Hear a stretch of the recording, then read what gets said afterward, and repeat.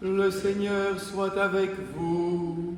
Et avec votre esprit. Évangile de Jésus-Christ selon saint Jean.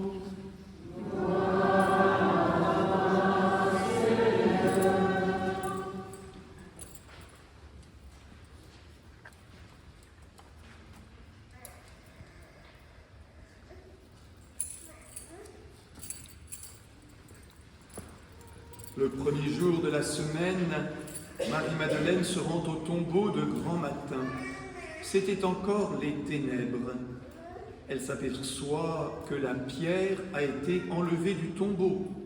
Elle court donc trouver Simon-Pierre et l'autre disciple, celui que Jésus aimait, et elle leur dit « On a enlevé le Seigneur de son tombeau, et nous ne savons pas où on l'a déposé. » Pierre partit donc avec l'autre disciple pour se rendre au tombeau. Ils couraient tous les deux ensemble, mais l'autre disciple courut plus vite que Pierre et arriva le premier au tombeau. En se penchant, il s'aperçoit que les linges sont posés à plat. Cependant, il n'entre pas. Simon-Pierre, qui le suivait, arrive à son tour. Il entre dans le tombeau. Il aperçoit les linges posés à plat, ainsi que le suaire qui avait entouré la tête de Jésus, non pas posé avec les linges, mais roulé à part à sa place. C'est alors qu'entra l'autre disciple, lui qui était arrivé le premier au tombeau. Il vit et il crut. Jusque-là, en effet, les disciples n'avaient pas compris que, selon l'Écriture, il fallait que Jésus ressuscite d'entre les morts. Acclamons la parole de Dieu. Louange à toi, Seigneur Jésus.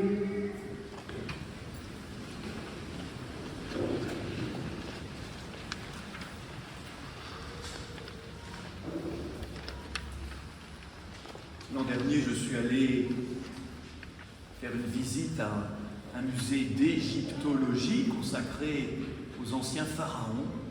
Et j'ai pu voir derrière une vitrine une momie, la momie d'un ancien pharaon. C'est vrai que c'est très bien conservé. On se dit, ah ben voilà un grand homme, ben, il est momifié. Alors, quand Marie-Madeleine va au tombeau le jour de Pâques, notre dimanche, tôt le matin, elle y va avec tout ce qu'il faut pour embaumer le corps d'un défunt. Donc si on l'avait laissé faire, si Jésus n'était pas ressuscité, eh bien frères et sœurs, nous aurions une momie de Jésus quelque part, dans un musée, peut-être même dans un temple à Jérusalem, et peut-être irions-nous nous incliner devant un grand homme qui a donné au monde un bel exemple d'amour, un bel exemple de sagesse, et nous serions devant la momie de Jésus, non pas chrétien, mais en quelque sorte admirateur de Jésus. C'est cela que prévoyaient les disciples. Ne pensons pas, frères et sœurs, que le matin de Pâques, les saintes femmes, Pierre et les autres disciples, attendaient la résurrection. Pas du tout. Ah, c'est vrai, Jésus leur en avait parlé. Vous savez, après la catastrophe de la mort en croix et de la mise au tombeau, tout ça, ça avait complètement disparu. Je pose la question, frères et sœurs, je m'excuse d'être un peu brutal pour ceux qui vivent le temps du deuil. Quand vous allez au cimetière, vous n'attendez pas à ce que la tombe de votre proche soit vide. Vous en seriez d'ailleurs choqués. Et c'est bien ça qui est arrivé à Marie-Madeleine et aux autres disciples. En voyant le tombeau vide du corps de Jésus, en fait, ils sont choqués. Ils ne se disent pas « Ah, c'est la résurrection, super !» Ils sont choqués, ils ne comprennent pas. La résurrection les a pris par surprise. Ah, sans doute croyait-il qu'à la fin des temps, bien sûr, Dieu récompenserait son serviteur Jésus. Mais la résurrection, aujourd'hui, ce matin-là, ils ne l'attendaient pas. Ils ne l'avaient pas prévu, ils ne l'ont pas organisé. Ils ont été pris totalement au dépourvu. Alors Marie-Madeleine est prise au dépourvu. Elle va chercher Pierre et l'autre disciple, Saint Jean. Ils arrivent au tombeau. Là, c'est un peu bizarre. on ne nous parle pas d'apparition, on ne nous parle pas de rencontre avec Jésus. Il y a de longs détails sur les linges. On nous dit qu'il y a un drap qui est bien rangé, le suaire bien roulé, la chambre a bien été rangée. Jésus n'est pas un adolescent qui quitte sa chambre en la laissant en bazar. Tout est bien rangé. Pourquoi? Qu'est-ce que ça veut dire?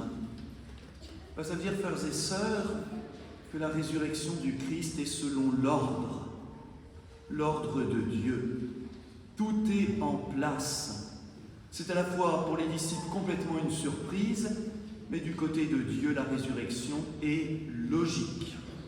Elle est logique. Pourquoi?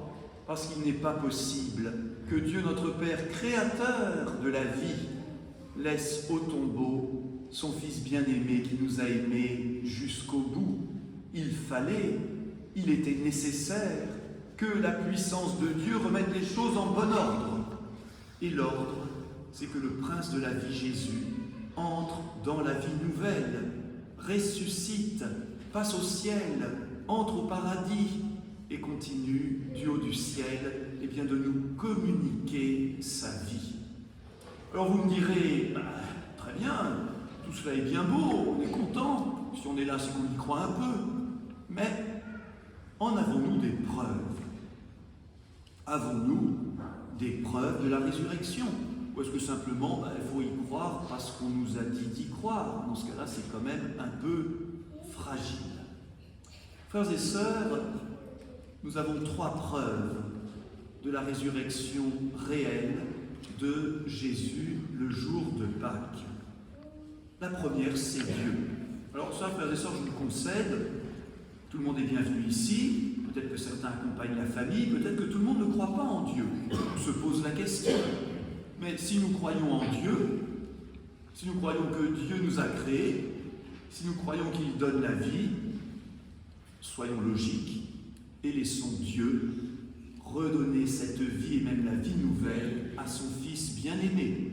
Si vous croyez en Dieu, croyez en la résurrection de Jésus. Soyez logiques. Première preuve, Dieu lui-même. Deuxième preuve, selon les Écritures. Vous voyez, c'est intéressant. L'apôtre qui est arrivé en premier, Saint Jean, par déférence, laisse entrer Saint Pierre en premier, et on nous dit que l'autre disciple, lui qui est arrivé le premier au tombeau, vit et crut. Pourtant, il n'a pas encore rencontré Jésus ressuscité, mais il a franchi le seuil de la foi parce qu'il a compris avant les autres que, selon l'Écriture, c'est toutes les prophéties de l'Ancien Testament, il fallait, c'était logique, c'était nécessaire que Jésus ressuscite d'entre les morts. Donc la deuxième preuve, frères et sœurs, elle est à rechercher dans toute la Bible, dans toutes ses annonces, dans toutes ses prophéties, que Dieu enverrait un grand serviteur, un grand prophète, un grand Messie, son Fils bien-aimé, qu'il souffrirait et que le 3e jour, il ressusciterait. C'était annoncé, c'est écrit. Vous pouvez retrouver dans les livres prophétiques ces annonces de la résurrection du Christ. Et moi, quand quelque chose est annoncé et que ça se réalise, je me dis, c'est sérieux, c'était prévu par Dieu. Première preuve, Dieu lui-même. Deuxième preuve, la Bible, toutes les prophéties de l'Écriture sainte annonçant ces faits de manière étonnante. Ça a parfois été prophétisé 1000 ans, 500 ans avant que cela n'arrive. Et j'en viens maintenant à la 3e preuve. La 3e preuve, frères et sœurs, elle est devant moi. C'est nous tous, disciples du Christ, en commençant par les saintes femmes, Pierre et les autres apôtres. Car enfin, quand même, c'est étonnant. Ces hommes et ces femmes qui avaient tout perdu en perdant Jésus, ces hommes et ces femmes désespérés de la mort du Christ en croix, ces hommes et ces femmes qui avaient peur, qui craignaient d'être arrêtés, qui n'avaient qu'une attente, celle de fuir. Eh bien, en quelques jours, ils vont devenir des apôtres courageux. Ils vont oser défier les autorités. Ils vont oser annoncer Jésus ressuscité. Donc en quelques jours, ils passent du deuil le plus brutal, du deuil le plus profond, du désespoir le plus total, à des gens vivants, rayonnants. Mais qu'est-ce qui a bien pu se passer? Eh bien, c'est très simple. La résurrection de Jésus. Si vous me trouvez une meilleure explication, je veux bien l'écouter. Ceux qui parmi nous vivent le temps du deuil, c'est pas en quelques jours qu'on s'en remet. Il faut plus de temps. Mais encore, on a la foi. Eh bien, ces apôtres, ces saintes femmes, en quelques jours, sont passés du deuil à la vie, sont passés de l'accablement à la force, et sont passés de la peur et d'être muets au courage et à l'annonce du Christ. Alors, frères et sœurs, si c'est une illusion, eh ben moi je la prends, cette illusion. Une illusion qui a autant d'effets aussi profonds et aussi réels, ça doit s'appeler une réalité. Voilà la troisième preuve de la résurrection du Christ, c'est l'incroyable vitalité des disciples qui sont allés jusqu'en Gaule, c'est ici la Gaule, ne cherchez pas, annoncer Jésus jusqu'à Bagneux peut-être même, pour dire c'est important, Dieu a envoyé son Fils, il est ressuscité, rien ne nous empêchera de l'annoncer. Alors ça c'est pas une chose du passé, j'en termine par là, cette joie des disciples, cette énergie, cette force, nous l'avons reçue au baptême. Hier soir, à l'église de la Pentecôte, pendant la grande messe de la nuit, ces 5 adultes baptisés rayonnaient de joie. J'en aperçois d'ailleurs l'un ou l'autre aujourd'hui parmi nous. Cette joie est surnaturelle. Cette joie ne vient pas seulement de l'excitation passagère, elle vient de Dieu lui-même, elle vient de Jésus vivant qui continue de rassembler son peuple, qui continue de nous communiquer sa vitalité. Voilà, frères et sœurs, ces 3 preuves de la résurrection. C'est du sérieux, c'est du solide, c'est du réel. Et aujourd'hui encore, Jésus ressuscité continue de venir à nous communiquer cette lumière.